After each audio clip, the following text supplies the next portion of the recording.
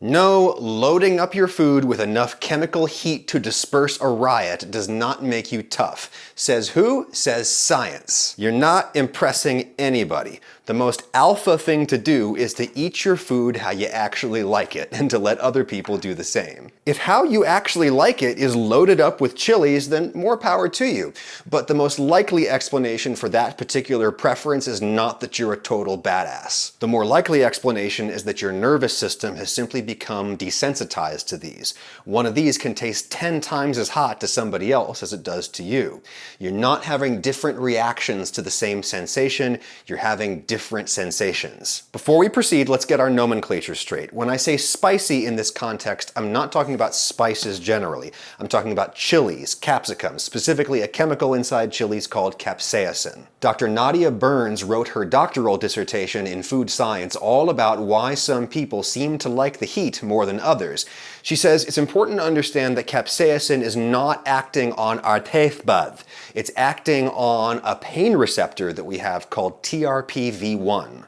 TRPV1 is actually, it's a receptor that is associated in detecting and regulating our body temperature. And so part of its role is to tell us when there is something that, from a temperature perspective, is hot enough that it could do damage to our bodies. And what capsaicin does when you eat it is it lowers your mouth's temperature pain threshold by about 10 degrees C, 50 degrees Fahrenheit. You would normally start to feel some discomfort in your mouth at about 109 degrees Fahrenheit or 43 degrees C. And so by dropping it about 10 degrees, 35 C, which is mouth temperature, is now triggering that and sending signal to your brain that this could do damage, this could be bad, this is hot. That's why you get temporary relief when you take a swig of cold water. It's not that it's washing away the capsaicin, it's actually just lowering the temperature of your mouth. The second you swallow it, your mouth temperature starts to go back up to normal again and you feel the burn. Scientists think chilies evolved to have this chemical in them for a very specific purpose, to discourage us mammals from eating them while encouraging birds to eat all the chilies they want. Why? Well, because us mammals have molars, at least some of us do. So when we eat chilies, we tend to grind up the seeds, and by the time they pass through our system, they emerge so damaged that they can't grow new chili plants. Birds, on the other hand, swallow the seeds whole. So birds can help the chili plant reproduce by dispersing its seeds far and wide, intact, ready to grow a new plant. And birds have TRPV1 receptors that do not respond to capsaicin. To them, it's just like eating any other berry. Ooh, therefore birds are such badasses, right?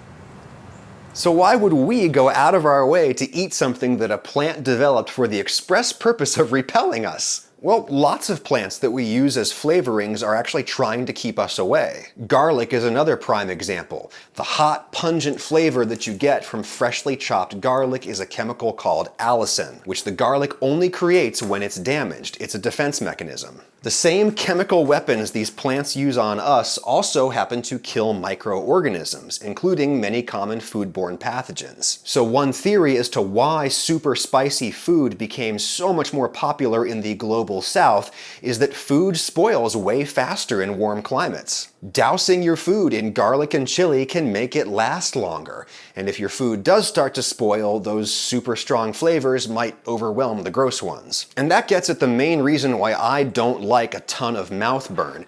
I want to actually taste my food, and when I get a whole lot of capsaicin in my mouth, I just kind of feel like my whole sensory system becomes overwhelmed and I can't taste what I'm eating. Chilies don't burn off your taste buds, that's a myth, but one sensation absolutely can drown out the others. Because the sensation that capsaicin elicits is a pain response, there is some selective attention that is paid to that as your brain is thinking, this is something that could do harm, this is bad, I have to pay attention to this. And one sensation that I absolutely want my brain to be free to process is the delicious food that I get delivered to my door courtesy of the sponsor of this video, HelloFresh, America's #1 meal kit, whom I will now take one brief moment to thank. Lauren's been loving HelloFresh. She's got a few great recipes that she does, but generally she's not super confident in the kitchen. And HelloFresh just takes so much of the stress out of cooking for her. Clear instructions, pre-measured ingredients, there's no going to the store and being worried that you're buying the wrong thing. And it allows us to get a homemade meal on the table even in the midst of our normal weeknight chaos. What's this? What? And HelloFresh also kind of broke us out of some ruts. They've got 20 plus chef-curated recipes each week, all familiar enough, but often with one element or one ingredient that we normally wouldn't use. And it's flexible. If we're going to be out of town or something, we can skip a week no problem. And HelloFresh is now from $5.66 per serving. And if you sign up using my offer code, you'll get 8 meals free. That's $80 off your first month of HelloFresh. Just go to HelloFresh.com and enter my offer code, AdamRagusia80. That's all in the description. And we were free to make those tacos as spicy as we wanted, by the way. It's interesting how when you eat something spicy, the heat tends to kind of grow over the course of the meal. You actually see over the course of a single eating experience, people exhibit sensitization, which means that it seems like it's just getting more and more and more and more intense. But over a longer period of time, you see what's called chronic desensitization.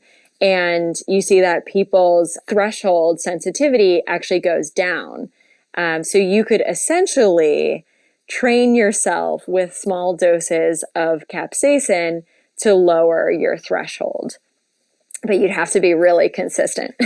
So to my Indian viewers, for example, the reason that you like way more Kashmiri chili powder in your tandoori chicken than I do is not because you're so much tougher than me. I mean, you may indeed be tougher than me, but that's beside this particular point. The more likely explanation is that due to your country's climate, your exquisite cuisine evolved to have more spices of all kinds in it. And because you therefore grew up eating way more capsaicin than I did, you have to pour on way more chili powder than I do to get that same pleasant, mild burn that we both enjoy, due to the wonderful and mysterious mingling of pain and pleasure in our brains. And honestly, if you're a person who simply grew up in a culinary tradition like those of India or Southeast Asia or Latin America, I have no complaint with you.